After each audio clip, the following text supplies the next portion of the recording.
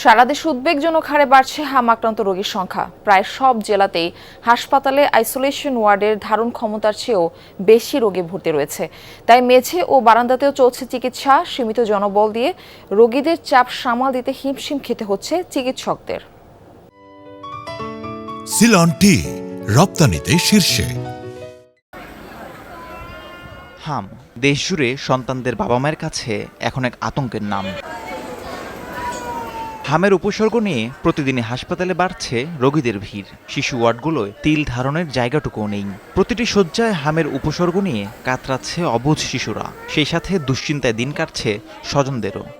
আমার বাচ্চারা এই যে কোলে নিলে আমরা আমনে উঠে আসে, সব তো অসুবিধা গেছে। 2 দিন পর্যন্ত গায়ের থেকে পুরা শরীরে খালি ঠোঁটপটি যাইতেছে। জ্বরের সাথে কাশির সাথে হাম দেখা দিচ্ছে, মাথাও করতে পারে না, এরকম অসুস্থ।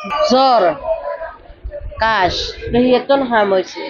শয্যা নেই, তাই বাধ্য হয়ে মেঝে এমনকি বারান্দাতেও থাকতে হচ্ছে রোগী ও স্বজনদের।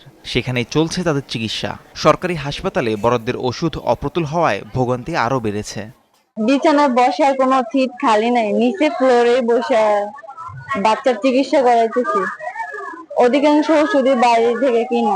এখানে গ্যাস দিতে পারা যাচ্ছে না, বাচ্চাদের নিয়ে খুব অসুবিধা, ভোগান্তি হইতেছে। এখানে সিট পাওয়া যাচ্ছে না। জ্বর মামা থার্মিটার নাই, আমার এটা বড় দুঃখ। আমার নিজের নিচ থেকে নামতেছে, বসার পর্যন্ত জায়গা নাই, এইরকম অবস্থা। প্রথম রাত আসছি আর আমরা ফ্লোরে শুধু একটা টারফাল বিষয়ে বসে রয়েছি, কোনো ফা মেলুম যে ওই জায়গা নাই। শিশুদের পাশাপাশি প্রাপ্তবয়স্ক এবং গর্ভবতী নারীরাও চিকিৎসা নিতে যাচ্ছেন হামের উপসর্গ নিয়ে। আইসোলেশন সেন্টার সহ এসব রোগীদের সেবা দিতে হিমশিম খেতে হচ্ছে চিকিৎসকদের।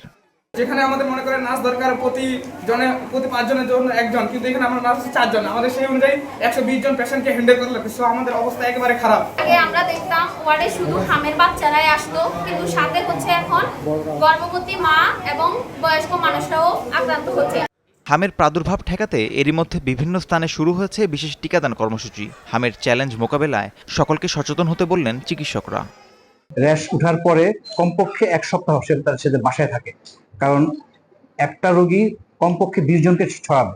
তো আমরা চাই যাতে লোক সমাগমে না এসে বাসায় অবস্থান করুক, বারে বারে গা মুছার, পানি বেশি করে খাওয়ার, প্রস্রাব কতবার হয় গুনুক, এবং শ্বাসকষ্ট হয় কিনা খেয়াল রাখো। সকলের সমন্বয়, সকলের সহযোগিতায় আমাদের অন্যান্য যে বিভাগগুলি আছে, যেমন এটার জন্য হিমশিম তো আমরা সবাই খাচ্ছি। এটা তো আমাদের জন্য চ্যালেঞ্জ। এই চ্যালেঞ্জটা তো ফেস করে আমরা এখন এগোচ্ছি আর কি। ইনশাল্লাহ সকলের সম্মিলিত সহযোগিতায় আমরা এই চ্যালেঞ্জটা খুব দ্রুত ওভারকাম করি। চলতি বছর হাম ও উপসর্গ নিয়ে প্রাণ গেছে 233 শিশুর। রাহিম সারোয়ার, যমুনা নিউজ।